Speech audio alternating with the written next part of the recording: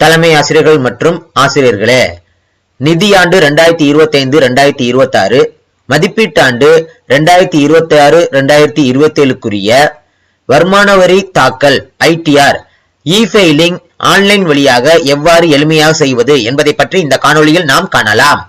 நண்பர்களே, உங்களுடைய அலைபேசி அல்லது கணினியில் கூகுள் குரோமை திறந்து கொள்ளுங்கள். அதில் தேடும் இடத்தில் இன்கம் டாக்ஸ் என்று தட்டச்சு செய்யுங்க.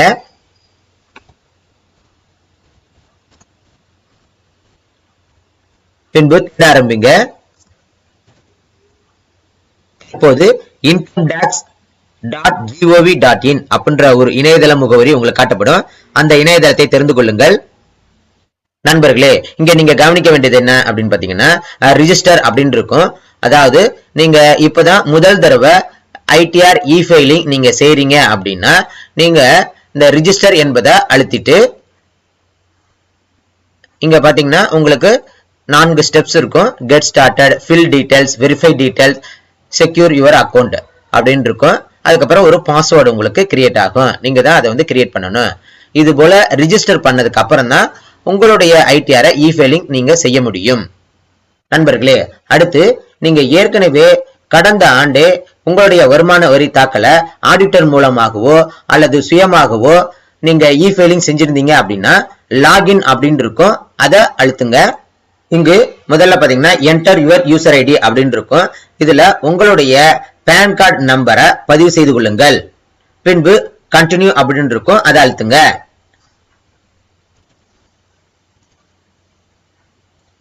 அடுத்து இங்க பாத்தீங்கன்னா உங்களுக்கு ஒரு செக் பாக்ஸ் இருக்கும். அதை கிளிக் பண்ணுங்க. இது போல உங்களுக்கு தேர்வாகிடும். அதற்கு அடுத்தது கீழே பாஸ்வேர்டு அப்படின்னு இருக்கும். இப்போ ஐடிஆர் இ-ஃபைலிங்க்கு என்ன பாஸ்வேர்டு நீங்க பயன்படுத்திருக்கீங்களோ அந்த பாஸ்வேர்டை இங்க பதிவு செய்து கொள்ளுங்கள். இப்போ உங்களுக்கு பாஸ்வேர்டு மறந்துருச்சு அப்படின்னா கீழே ஃபர்கட் பாஸ்வேர்டு இருக்கும். அந்த ஃபர்கட் பாஸ்வேர்டை நீங்க அழுத்திட்டு உங்களுடைய பாஸ்வேர்டை நீங்க ரீசெட் செய்து கொள்ளலாம். இப்போ எனக்கு பாஸ்வேர்டு தெரியும், அதனால இங்க பாஸ்வேர்டை நான் பதிவு செய்து கொள்கின்றேன். அடுத்து பாஸ்வேர்டை பதிவு செஞ்சதுக்கு அப்புறம் கீழே கண்டினியூ அப்படின்னு இருக்கும். அதை அழுத்துங்க. நண்பர்களே, நீங்க வருமான வரி தாக்கல் செய்வதற்கு முன்பு 2 விவரங்களை நீங்க உறுதிப்படுத்திக் கொள்ள வேண்டும். முதல்ல உங்களுக்கு ஃபார்ம் 26AS இதுல என்ன இருக்கும் அப்படின்னா நீங்க ஆண்டு வருமானத்துல எவ்வளவு டாக்ஸ் கட்டியிருக்கீங்க, ஆண்டு வருமானம் மொத்தம் எவ்வளவு அப்படின்றத நீங்க இதுல உறுதிப்படுத்திக் கொள்ளலாம். இரண்டாவது AIS என்று சொல்லுவாங்க, ஆனுவல் இன்ஃபர்மேஷன் ஸ்டேட்மெண்ட். இதுல என்ன இருக்கும் அப்படின்னா நீங்க பேங்க்ல டெபாசிட்டோ அல்லது சேவிங்ஸ் அக்கௌண்டோ நீங்க வச்சிருப்பீங்க. அந்த சேவிங்ஸ் அக்கௌண்ட்டுக்கு எவ்வளவு இன்ட்ரெஸ்ட் கொடுக்கப்பட்டிருக்கு என்ற விவரத்தை நீங்க முதல்ல உறுதிப்படுத்திக் கொள்ள வேண்டும். பின்புதான் நீங்க வருமான வரி தாக்கல் செய்ய தொடங்க வேண்டும். இப்ப முதல்ல ஃபார்ம் 26AS அதை எவ்வாறு கண்டறிவது என்பதை பற்றி பார்க்கலாம். இங்க மேல பாத்தீங்கன்னா இ-ஃபைல் அப்படின்னு இருக்கும். அது கீழே இன்கம் டாக்ஸ் ரிட்டர்ன் அப்படின்னு இருக்கும். இப்ப சைட்ல வந்தீங்க அப்படின்னா வியூ ஃபார்ம் 26AS அப்படின்னு இருக்கும். அதை தேர்ந்தெடுங்க. இந்த செக் பாக்ஸ் இருக்கும். அதை டிக் பண்ணிட்டு ப்ரொசீட் கொடுங்க. கீழே வியூ டாக்ஸ் கிரெடிட் அப்படின்னு இருக்கும். அதை அழுத்துங்க. இங்க முதல்ல அசஸ்மெண்ட் இயர் அப்படின்னு இருக்கும். இதுல 2026-27 அதை தேர்வு செய்து கொள்ளுங்கள். இப்ப செலக்ட் அது கீழே வியூ அஸ் அப்படின்னு இருக்கும். அதுல HTML அதை தேர்வு செஞ்சுட்டு வியூ அண்ட் டவுன்லோட் அப்படின்னு இருக்கும். அதை அழுத்துங்க. இப்ப ஸ்க்ரோல் பண்ணிட்டு அப்படியே கீழே வாங்க. இங்க பாத்தீங்கன்னா உங்களுடைய விவரங்கள் உங்களுக்கு காட்டப்படும். பேன் நம்பர், உங்களுடைய பெயர், உங்களுடைய அட்ரஸ் இதெல்லாம் காட்டப்படும். இதெல்லாம் உறுதி செய்து கொள்ளுங்கள். பின்பு கீழே பாத்தீங்கன்னா நேம் ஆஃப் த டிடெக்டர், அதாவது உங்களுக்கு பணம் பெற்று வழங்கக்கூடிய அதிகாரி அவருடைய டெசிக்னேஷன் கொடுக்கப்பட்டிருக்கும். அதுக்கப்புறம் டேன் ஆஃப் த டிடெக்டர் அவருடைய டேன் நம்பர் உங்களுக்கு கொடுக்கப்பட்டிருக்கும். அதுக்கப்புறம் பாத்தீங்கன்னா டோட்டல் அமௌண்ட் பெய்ட் கிரெடிட்டட் அப்படின்னு இருக்கும். நீங்க கடந்த ஆண்டுல நீங்க வாங்கின மொத்த சம்பளம் அதோட தொகை உங்களுக்கு இங்க காட்டப்பட்டிருக்கும். இந்த தொகையானது எங்க நீங்க உறுதி செய்யணும் அப்படின்னா உங்களுடைய ஐடி ஸ்டேட்மெண்ட்ல இருக்கும். அதை பார்த்து நீங்க உறுதி செய்து கொள்ளுங்கள். அதுக்கடுத்தது டோட்டல் டாக்ஸ் டிடெக்டட் அப்படின்னு இருக்கும். இப்போ எவ்வளவு டாக்ஸ் அந்த வருமானத்திற்கு எவ்வளவு டாக்ஸ் பிடிக்கப்பட்டிருக்கு அப்படின்றது உங்களுக்கு இங்க காட்டப்படும். இதுவும் உங்களுக்கு கடந்த ஆண்டு ஐடி ஸ்டேட்மெண்ட்ல பாத்தீங்க அப்படின்னா உங்களுக்கு கொடுக்கப்பட்டிருக்கும். இந்த விவரங்கள் அனைத்தும், அதாவது உங்களுடைய ஆண்டு வருமானம் மற்றும் டாக்ஸ், இது எல்லாமே ஐடி ஸ்டேட்மெண்ட்லயும் இருக்கும். அதே போல ஃபார்ம் 16லயும் உங்களுக்கு கொடுக்கப்பட்டிருக்கும். ரெண்டுலையும் சரியா இருக்கா என்பதை உறுதி செய்து கொள்ளுங்கள். இறுதியா பாத்தீங்கன்னா டிடிஎஸ், உங்களுடைய சம்பளத்துக்குரிய டாக்ஸ் வந்து டிடிஎஸ் செஞ்சிருப்பாங்க, அதோட அமௌண்ட் உங்களுக்கு இருக்கும். அதுதான் உங்களுக்கு டாக்ஸ். அந்த டாக்ஸ் தான் நம்ம வந்து டிடிஎஸ் சொல்லுவாங்க. அந்த டிடிஎஸ் தான் அவங்க வந்து டிடிஓ, அதாவது நம்மளோட சம்பளம் வழங்கக்கூடிய அதிகாரி வந்து டிடிஓ செலுத்தியிருப்பாரு. அதோட தொகை உங்களுக்கு இங்கே காட்டப்படும். இந்த டாக்ஸும் டிடிஎஸ் இந்த ரெண்டு கட்டத்தில் இருக்கக்கூடிய அமௌண்ட் வந்து உங்களுக்கு ஒரே மாதிரி இருக்க வேண்டும். பின்பு மேல வந்துட்டு இப்போ பாத்தீங்கன்னா முதல் பக்கத்துக்கு வாங்க. இப்போ இது போல இன்கம் டாக்ஸ் ரிட்டர்ன் அந்த பேஜுக்கு உங்களுக்கு வந்துடணும். இப்போ அடுத்து ஏஐஎஸ், ஏற்கனவே ஃபார்ம் 26AS நம்ம பார்த்துட்டோம். அதுக்கு அடுத்தது இரண்டாவது விவரம் வந்து ஏஐஎஸ் என்று சொல்லக்கூடிய ஆனுவல் இன்ஃபர்மேஷன் ஸ்டேட்மெண்ட் இங்க இருக்கும். அதை தேர்வு செய்து கொள்ளுங்கள். அதுக்கு அடுத்தது இங்க மறுபடியும் ஏஐஎஸ் அப்படின்னு இருக்கும். அதை தேர்வு செய்து கொள்ளுங்கள். இதுல ஆனுவல் இன்ஃபர்மேஷன் ஸ்டேட்மெண்ட் அப்படின்னு இருக்கும். அதை தேர்வு செய்து கொள்ளுங்கள். இப்ப கீழே பாத்தீங்க அப்படின்னா உங்களுக்கு இதுல டிடிஎஸ், அதுக்கு அடுத்தது எஸ்எஃப்டி இன்ஃபர்மேஷன் அப்படின்னு இருக்கும். அதை தேர்வு செய்து கொள்ளுங்கள்.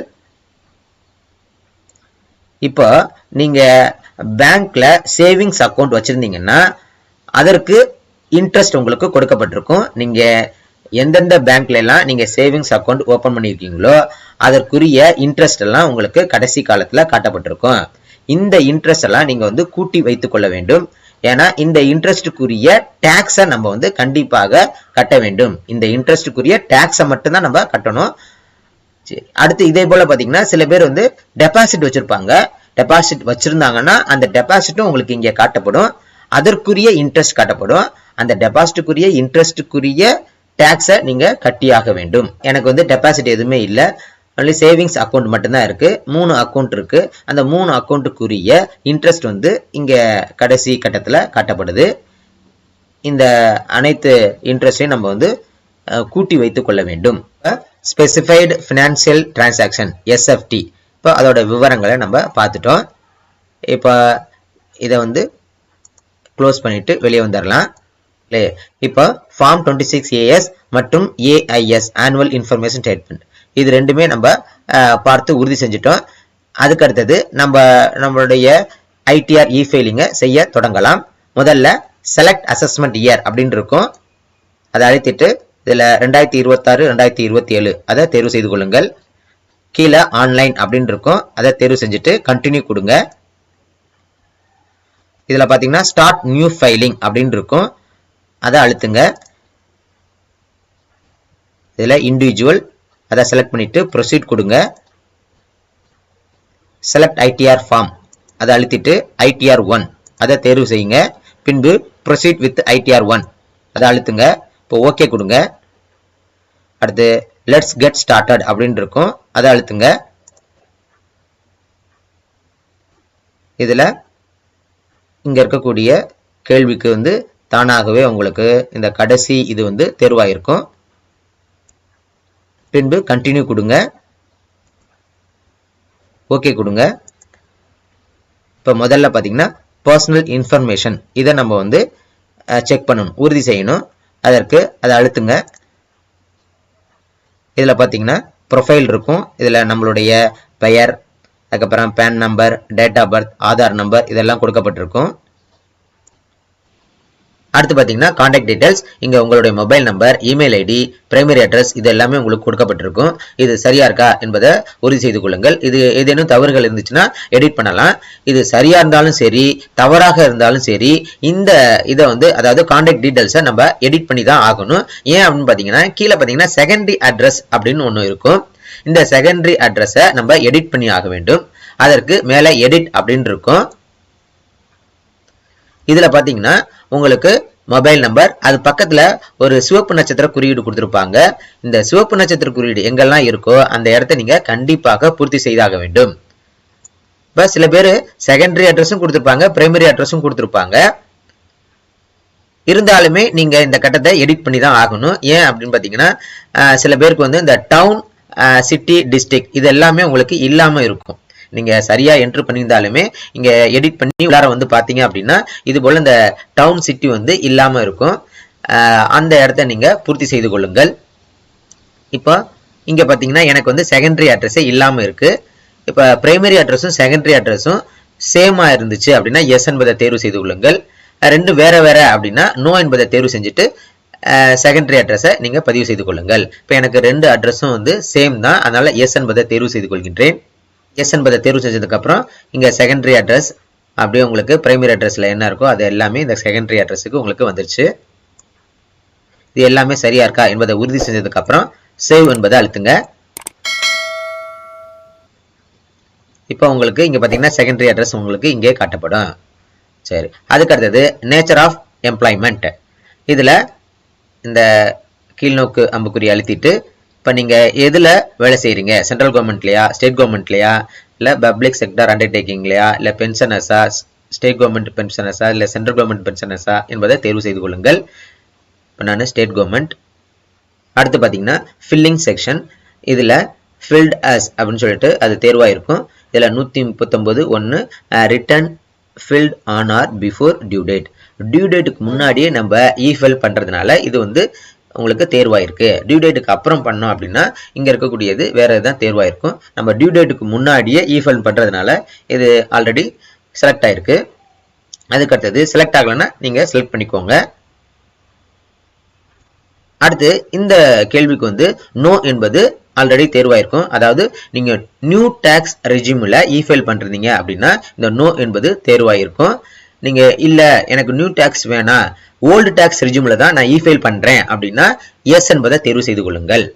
இப்ப நான் நியூ டாக்ஸ் ரெஜிம்ல தான் இஃபைல் பண்றேன், அதனால நோ என்பதை தேர்வு செய்து கொள்கின்றேன்.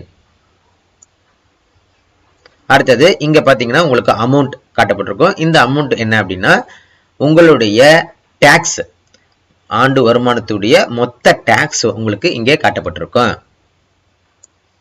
அதுக்கு அடுத்தது whether this return is being filled by a representative accessee அப்படின்னு இருக்கும். அதாவது இப்ப நீங்களே சுயமா செல்ஃபா நீங்க வந்து இந்த இஃபைல் பண்றீங்க அப்படின்னா நோ என்பதை தேர்வு செய்து கொள்ளுங்கள். இல்ல ஆடிட்டர் மூலமா நீங்க என்னாச்சும் இந்த இஃபைல் பண்றீங்க அப்படின்னா எஸ் என்பதை தேர்வு செஞ்சுட்டு அந்த ஆடிட்டர் அவங்க வந்து பண்ணும் பொழுது அவங்க எஸ் என்பதை தேர்வு செஞ்சுட்டு அவர்களுடைய விவரங்களை இங்கே பதிவு செய்து கொள்ள வேண்டும். சரி, இப்போ நான் வந்து நானே சுயமா இஃபைல் பண்றேன், அதனால நோ என்பதை தேர்வு செய்து கொள்கின்றேன். அடுத்து பேங்க் டீடைல்ஸ். இங்க பாத்தீங்கன்னா உங்களுடைய பேங்க் டீடைல்ஸ் கொடுக்கப்பட்டிருக்கும். இதுல நீங்க எத்தனை பேங்க் டீடைல்ஸ் கொடுத்திருந்தாலுமே அதுல ஏதாவது ஒண்ணு நீங்க கண்டிப்பா இது போல உங்களுக்கு செலக்ட் பண்ணிருக்கணும். செலக்ட் ஆகலைன்னா செலக்ட் பண்ணிக்கோங்க. ஏன் அப்படின்னா உங்களுக்கு இன்கம் டாக்ஸ் வந்து ரீஃபண்ட் பண்ற மாதிரி இருந்துச்சுன்னா இந்த அக்கௌண்ட்டுக்கு தான், எந்த அக்கௌண்ட்டை நீங்க வந்து இது மாதிரி செலக்ட் பண்ணி வச்சிருக்கீங்களோ அந்த அக்கௌண்ட்டுக்கு தான் ரீஃபண்ட் உங்களுக்கு வரும். இதுல அக்கௌண்ட்டே இல்லாம இருக்கக்கூடாது. கண்டிப்பாக ஏதாவது ஒரு பேங்க் அக்கௌண்ட்டை நீங்க வந்து இதுல பதிவு செய்திருக்க வேண்டும். இல்ல எனக்கு வேற ஒரு புது பேங்க் அக்கௌண்ட் வந்து நீங்க பதிவு செய்யணும் அப்படின்னா ஆட் அனதர் அதை கொடுத்துட்டு அந்த பேங்க் அக்கௌண்ட் டீடைல்ஸ்ல ஃபில் பண்ணிட்டு சேவ் கொடுத்துருங்க. இப்போ எனக்கு வந்து ஒரு பேங்க் அக்கௌண்ட் இருக்கு, அது வந்து உங்களுக்கு செலக்ட் ஆயிருக்கு. அதுக்கு அடுத்தது எல்லாமே சரியா இருக்குன்றதுனால கன்ஃபார்ம் கொடுக்குறேன். இப்போ மறுபடியும் இப்போ பாத்தீங்கன்னா பர்சனல் இன்ஃபர்மேஷன் இது வந்து இந்த இடத்துல கன்ஃபார்ம்டு அப்படின்னு பச்சை வண்ணத்துல ஒரு சரி குறியீடு காட்டப்படும். இப்படி இருந்துச்சுன்னா நீங்க இந்த பகுதியை சரியாக உறுதி செஞ்சிருக்கீங்க, முடிச்சிருக்கீங்க அப்படின்னு அர்த்தம். இதே போல இங்க இருக்கக்கூடிய இந்த 5 பகுதிகளையும் நம்ம வந்து உறுதி செய்ய வேண்டும். இப்ப அதுக்கு அடுத்தது கிராஸ் டோட்டல் இன்கம். இப்ப இங்க பாத்தீங்கன்னா இன்கம் ஃப்ரம் சேலரி. இதுல முதல்ல கிராஸ் சேலரி. இப்ப உங்களுடைய கிராஸ் சேலரி மொத்த சம்பளம் உங்களுக்கு இங்கே காட்டப்பட்டிருக்கும். அது சரியா இருக்கா என்பதை உறுதி செய்து கொள்ளுங்கள். இப்போ உங்களுக்கு மொத்த சம்பளம் தவறா இருக்கு இல்ல காட்டப்படலை அப்படின்னா எடிட் கொடுத்து நீங்க மாற்றிக்கொள்ளலாம். இப்போ எனக்கு வந்து 0 இருக்கு, அதனால நான் வந்து இதை எடிட் கொடுக்குறேன். கொடுத்துட்டு முதல் கட்டத்துல பதிவு செய்ய முடியாது, இரண்டாவது கட்டத்துல salary as per section அப்படின்னு இருக்கும். இப்போ இந்த கட்டத்துல உங்களுடைய 12 மாதத்துக்குரிய மொத்த சம்பளம் அதை பதிவு செய்து கொள்ளுங்கள். இங்க நான் பதிவு செஞ்சுட்டேன். பதிவு செஞ்சதுக்கு அப்புறம் மேல அந்த கட்டத்துல தானாகவே உங்களுக்கு வந்துருச்சு. இப்போ இந்த கிராஸ் சேலரி வந்து உங்களுடைய ஐடி ஸ்டேட்மெண்ட்ல இருக்கும். அதை பார்த்து தவறு இல்லாமல் சரியாக பதிவு செய்து கொள்ளுங்கள். அடுத்து பார்த்தீங்கன்னா உங்களுக்கு நெட் சேலரி உங்களுக்கு காட்டப்பட்டிருக்கும். இது சரியா இருக்கா என்பதை உறுதி செய்து கொள்ளுங்கள். அடுத்து ஸ்டாண்டர்ட் டிடக்ஷன் 75,000 அது உங்களுக்கு காட்டப்பட்டிருக்கும். நியூ டாக்ஸ் ரெஜிம் படி உங்களுக்கு ஸ்டாண்டர்ட் டிடக்ஷன் வந்து 75,000. இப்போ அது உங்களுக்கு இங்கே காட்டப்பட்டிருக்கும். அதை கிராஸ் சேலரியிலேருந்து கழிச்சிட்டு, அதாவது நெட் சேலரியிலேருந்து ஸ்டாண்டர்ட் டிடக்ஷனை கழிச்சது போக மீதி உங்களுக்கு இங்கே காட்டப்படும். இதை சரியா இருக்கா என்பதை உறுதி செய்து கொள்ளுங்கள். பின்பு சேவ் என்பதை அழுத்துங்க. இப்போ முதல் பக்கத்தில் பார்த்தீங்கன்னா நம்மளுடைய கிராஸ் சேலரி உங்களுக்கு காட்டப்படுது. ஸ்டாண்டர்ட் டிடக்ஷன் கழிச்சிட்டு உங்களுக்கு நெட் சேலரி, அதுக்கப்புறம் இன்கம் ஃப்ரம் ஹவுஸ் ப்ராப்பர்ட்டி. இது வந்து நம்ம நியூ டேக்ஸ் ரெஜிமில் காட்ட முடியாது. எந்த ஒரு டிடக்ஷனுமே நியூ டேக்ஸ் ரெஜிமில் காட்ட முடியாது. ஓல்டு டேக்ஸ் ரெஜிமில் நீங்கள் காட்டினீங்க அப்படின்னா இந்த ஹவுஸ் ப்ராப்பர்ட்டி, அதாவது நீங்கள் ஹவுஸ்க்கு வந்து லோன் வாங்கிடுவீங்கன்னா அதோட இன்ட்ரெஸ்ட்டை உங்களுக்கு இங்கே காட்டலாம். ஓல்டு டேக்ஸ் ரெஜிமில் மட்டும்தான் காட்ட முடியும். நியூ டேக்ஸ் ரெஜிமில் இந்த ஹவுஸ் ப்ராப்பர்ட்டி அதோடைய வருமானத்தை காட்ட முடியாது. அதனால அதை அப்படியே விட்டுறலாம். அதற்கு அடுத்தது இன்கம் ஃப்ரம் அதர் சோர்சஸ் அப்படின்னு இருக்கும். இப்போ இந்த வீடியோவில் நம்ம முன்னாடியே சொல்லியிருப்போம், ஆனுவல் இன்ஃபர்மேஷன் ஸ்டேட்மெண்ட். அதில் வந்து பார்த்தீங்கன்னா இன்கம் ஃப்ரம் அதர் சேலரி, அதாவது நீங்கள் டெபாசிட்டோ அல்லது சேவிங்ஸ் அக்கௌண்ட் நீங்கள் வச்சுருந்தீங்கன்னா அதற்குரிய இன்ட்ரெஸ்ட் போட்டிருப்பாங்க. அந்த இன்ட்ரெஸ்ட்டுக்குரிய டேக்ஸ் வந்து நீங்கள் வந்து கட்டணும். அதுதான் நம்ம முன்னாடியே பார்த்துருப்போம். அதுதான் உங்களுக்கு இங்கேயே கட்டப்பட்டிருக்கும். நீங்கள் எத்தனை அக்கௌண்ட் வச்சுருந்தாலும் சரி அதனுடைய இன்ட்ரெஸ்ட், அதோட டோட்டல் இன்ட்ரெஸ்ட் வந்து இங்கே உங்களுக்கு காட்டப்படும். இந்த இடத்துல இருக்கிறது தான் அந்த இன்ட்ரெஸ்ட். இந்த இன்ட்ரெஸ்ட்க்குரிய டேக்ஸை நம்ம கட்டணும். இப்போ பார்த்தீங்கன்னா இதில் கொடுத்துருக்காங்க interest from savings bank account, அதுதான் உங்களுக்கு இங்கே காட்டப்பட்டிருக்கு. இதோட விவரத்தை நீங்கள் முன்னாடி வந்து பார்த்துக்கலாம். அதாவது ஆனுவல் இன்ஃபர்மேஷன் ஸ்டேட்மெண்ட்டில் நீங்கள் பார்த்துக்கொள்ளலாம். அடுத்து interest from income tax refund, அது எதுவுமே இல்லை, அது 0. அதுக்கு அடுத்தது இப்போ கிராஸ் டோட்டல் இன்கம் உங்களுக்கு கொடுக்கப்பட்டிருக்கு. அதாவது இந்த 1004 ரூபாயை நம்மளுக்கு இங்கே இருக்கிறதோட கூட்டியிருப்பாங்க. இங்கே இருக்க நம்பரோட இந்த அதர் சோர்ஸ் ஆஃப் இன்கம் அதோடைய டோட்டல் சேர்த்து தான் உங்களுக்கு இங்கே காண்பிக்கப்பட்டிருக்கும். இது சரியா இருக்கா என்பதை உறுதி செய்து கொள்ளுங்கள். பின்பு கன்ஃபார்ம் என்பதை அழுத்துங்க.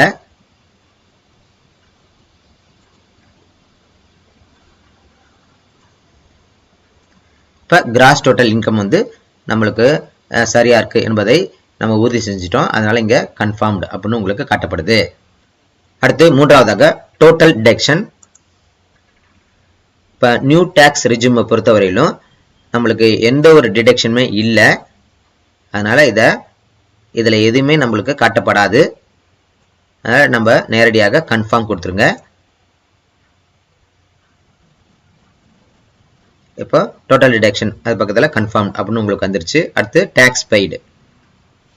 இப்போ பார்த்தீங்கன்னா டேக்ஸ் பெய்டு அப்படின்னு இருக்கும். இதில் முதலாவதாக ஷெட்யூல் டிடிஎஸ் 1 அப்படின்னு இருக்கும். அதை தேர்வு செய்யுங்க. இப்போ கீழே பார்த்தீங்கன்னா உங்களுக்கு TAN number, name of the deductor இதெல்லாம் காட்டப்படும். இப்போ சேலரி இன்கம், ஆனுவல் இன்கம் உங்களுக்கு இங்கே காட்டப்படும். அதுக்கப்புறம் டோட்டல் டேக்ஸ் காட்டப்படும். இது ரெண்டுமே உங்களுக்கு சரியா இருக்கா என்பதை உங்களுடைய ஐடி ஃபார்ம் மற்றும் ஃபார்ம் 16 அதை வைத்து சரிபார்த்து கொள்ளுங்கள். இப்போ இதில் ஏதேனும் உங்களுக்கு தவறா இருக்கு, அதாவது ஆனுவல் இன்கமோ அல்லது டேக்ஸோ தவறா இருக்கு, அதை நீங்க மாற்றணும் அப்படின்னா இங்க இருக்கக்கூடிய கட்டத்தை செலக்ட் பண்ணிட்டு மேலே எடிட் அப்படின்னு இருக்கும். அதை கொடுத்து உங்களுடைய ஆனுவல் இன்கம் அல்லது உங்களுடைய டேக்ஸ் இதை நீங்கள் மாற்றிக்கொள்ளலாம். அது கண்டிப்பா உங்களுடைய ஐடி ஸ்டேட்மெண்ட் மற்றும் ஃபார்ம் 16 அதன் அடிப்படையில் நீங்க திருத்தம் மேற்கொள்ளுங்கள். வந்து இது எல்லாமே சரியா இருக்கு, அதனால நான் இதை செலக்ட் பண்ணல. அடுத்து இறுதியா டோட்டல் டேக்ஸ் பெய்டு உங்களுக்கு காட்டப்படுது. இந்த டேக்ஸ் வந்து சரியா இருக்கா என்பதை ஐடி ஸ்டேட்மெண்ட் மற்றும் ஃபார்ம் 16 வைத்து உறுதி செய்து கொள்ளுங்கள். இப்போ எனக்கு சரியா இருக்கிறதுனால கன்ஃபார்ம் என்பதை அழுத்துறேன். இப்போ நான்காவதாக டேக்ஸ் பெய்டு, அதுவும் உங்களுக்கு சரி குறியீடு காட்டப்படுது, கன்ஃபார்ம்னு காட்டப்படுது. அதற்கு அடுத்தது verify your tax liability details அப்படின்னு இருக்கும். அதை தேர்வு செய்கிறேன். இப்போ இங்கே பார்த்தீங்கன்னா முதல்ல computation of income, gross total income. இப்போ இந்த இன்கம் எதை குறிக்கும் அப்படின்னா உங்களுடைய ஆனுவல் சேலரி இன்கம்ல ஸ்டாண்டர்ட் டிடக்ஷனை கழிச்சிட்டு 75,000 கழிச்சிட்டு மீதி இருக்கக்கூடிய அமௌண்ட், அந்த அமௌண்ட்ல அதர் சோர்ஸ் ஆஃப் இன்கம், அதாவது bank interest, saving bank interest அல்லது டெபாசிட் இன்ட்ரெஸ்ட், இது எல்லாத்தையும் கூட்டி அதோடைய மொத்த தொகை தான் உங்களுக்கு இங்கே காட்டப்பட்டிருக்கும்.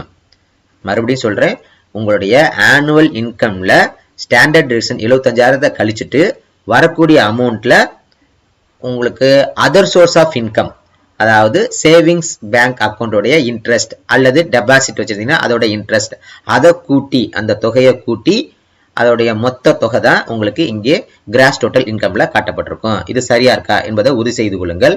இப்ப இந்த இடத்துல உங்களுக்கு ரவுண்டட் ஆஃப் அப்படின்னு கொடுத்திருப்பாங்க. இங்க 588 இருக்கு, அதை ரவுண்ட் பண்ணி 590 அப்படின்னு உங்களுக்கு இங்கே கொடுக்கப்பட்டிருக்கும், ரவுண்ட் பண்ணி காட்டப்பட்டிருக்கும். அடுத்தது கம்ப்யூட்டேஷன் ஆஃப் டாக்ஸ் பேயபிள்.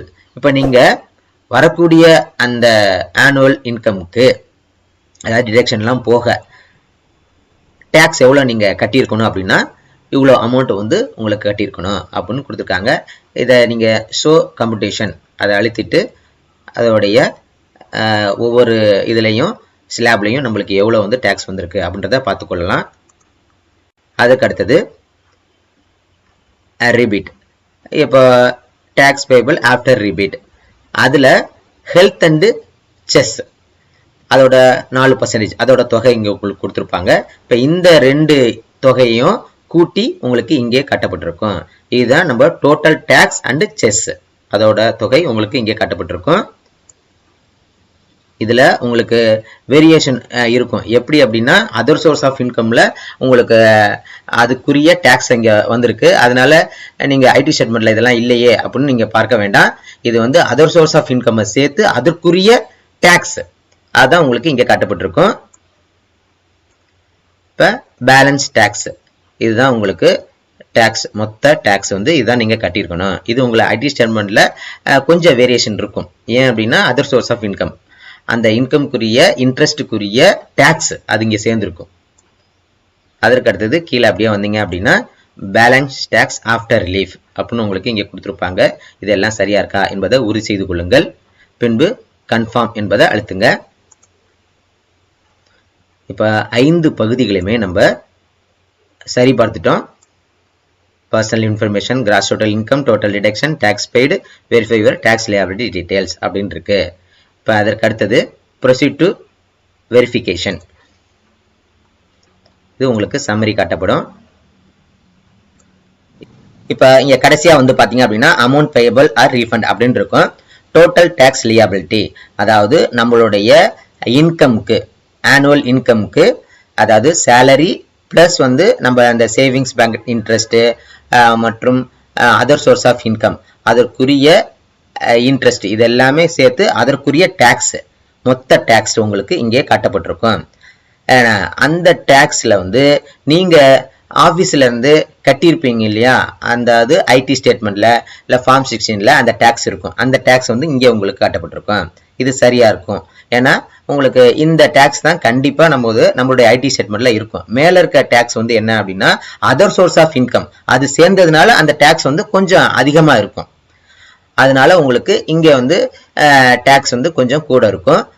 அதை வந்து கழிச்சது போக எவ்வளவு தொகை இன்னும் நீங்க கட்ட வேண்டியது, அதாவது டாக்ஸ்னா நீங்க கட்ட வேண்டியது என்ன அப்படின்றது கீழே உங்களுக்கு காட்டப்பட்டிருக்கும்.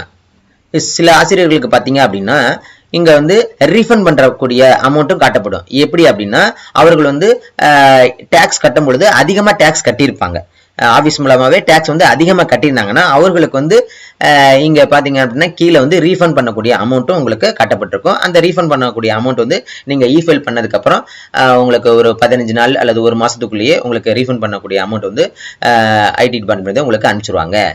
இப்போ ஆனா மோஸ்ட்லி வந்து எங்களுக்கு என்ன இருக்கும் அப்படின்னா இந்த நடுவுல இருக்கக்கூடிய அமௌண்ட் தான் நீங்க ஐடி ஸ்டேட்மெண்ட்லயும் ஃபார்ம் 16லயும் உங்களுக்கு இருக்கும். அதுதான் நம்மளுடைய ஆனுவல் இன்கமுக்கு கட்டப்பட்ட டாக்ஸ். ஆனா மேல இருக்கிறது வந்து கொஞ்சம் வேரியேஷன் இருக்கும்.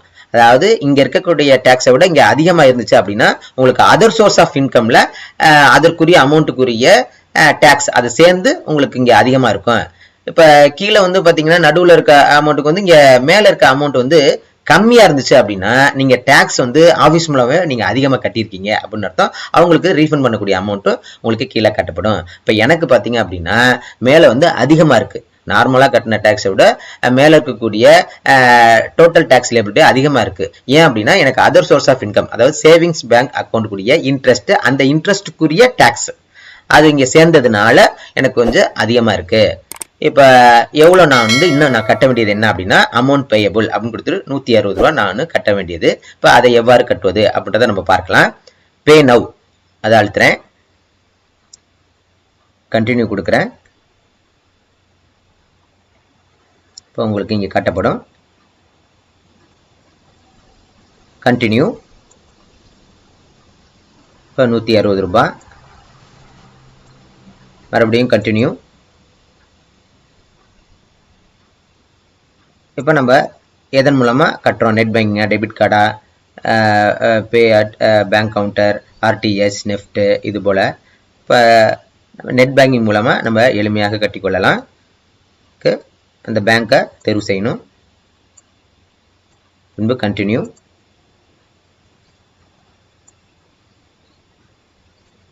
அடுத்து பே நவ்.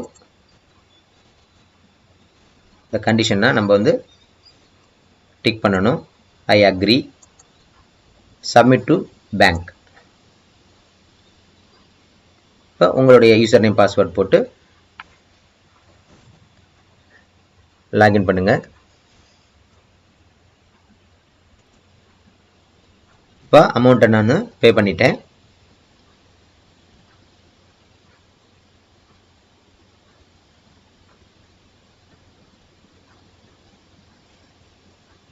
இங்கே பார்த்தீங்கன்னா இந்த சலான் பேமெண்ட் இஸ் சக்ஸஸ்ஃபுல். இப்போ அமௌண்ட் நம்ம வந்து நெட் பேங்கிங் மூலமாக பே பண்ணதுனால உங்களுக்கு எளிமையாக முடிஞ்சிருச்சு.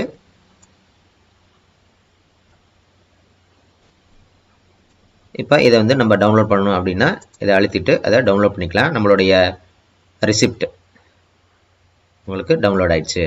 அடுத்து பேக் டு ரிட்டர்ன் ஃபில்லிங்.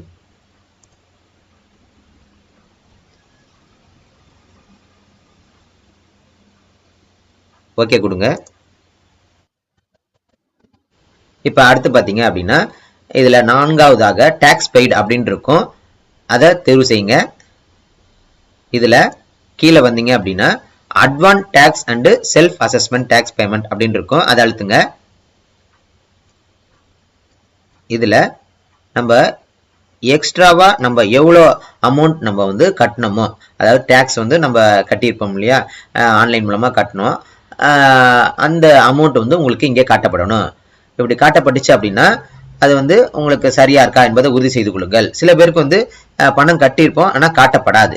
அவர்களுக்கு என்ன பண்ணணும் அப்படின்னா இங்கே வந்து என்ன செய்யணும், புதுசாக நம்ம வந்து என்ட்ரு பண்ணணும். இந்த BSR code, date of deposit, serial number, அதுக்கப்புறம் டேக்ஸ் எவ்வளோ கட்டினீங்க, இது எல்லாமே கொடுக்கணும்.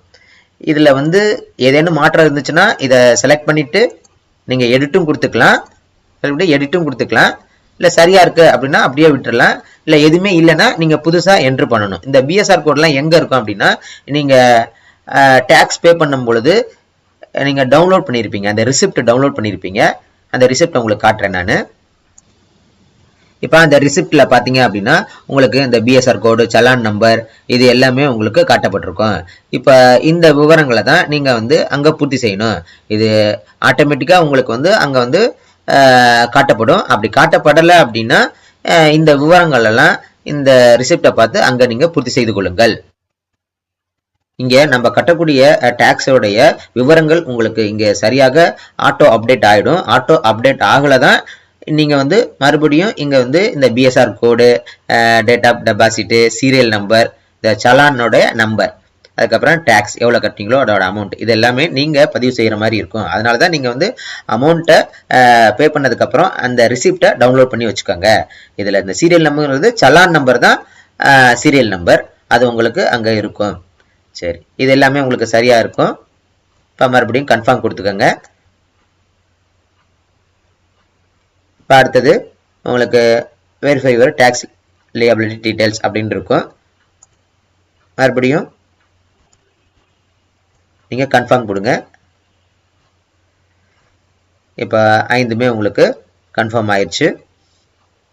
இங்கே இந்த 2 தொகையும் உங்களுக்கு சேமாக இருக்கணும். இங்கே 790, இங்கே வந்து பார்த்தீங்கன்னா 759. இது ₹1 தான் டிஃப்ரென்ஸு. அதனால் உங்களுக்கு ஒரு பெரிய வித்தியாசம் இல்லை. ஆனால் இந்த 2 அமௌண்ட்டும் இந்த 4வது 5வது இந்த 2 பகுதியிலும் இருக்கக்கூடிய அமௌண்ட் வந்து உங்களுக்கு ஒரே மாதிரி இருக்கணும். ₹1 முன்ன பின்ன இருக்கலாம், அதனால் ஒன்றும் தவறு கிடையாது. அடுத்தது ப்ரொசீட் டு வெரிஃபிகேஷன்.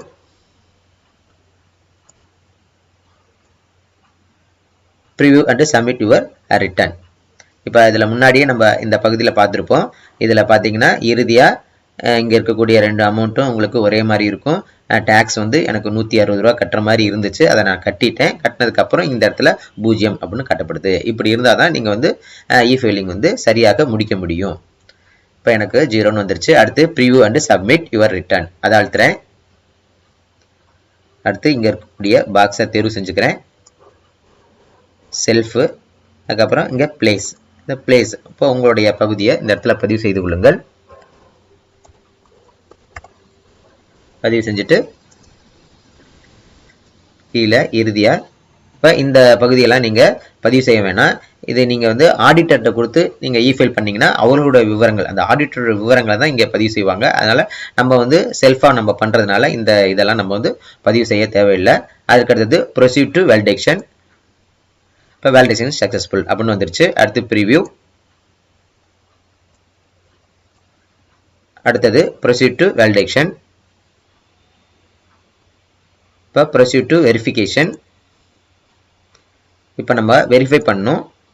அதை நம்ம எப்படி பண்ணலாம்னா வெரிஃபை நவ் ரெக்கமெண்டட் அப்படின்னு கொடுத்துருப்பாங்க.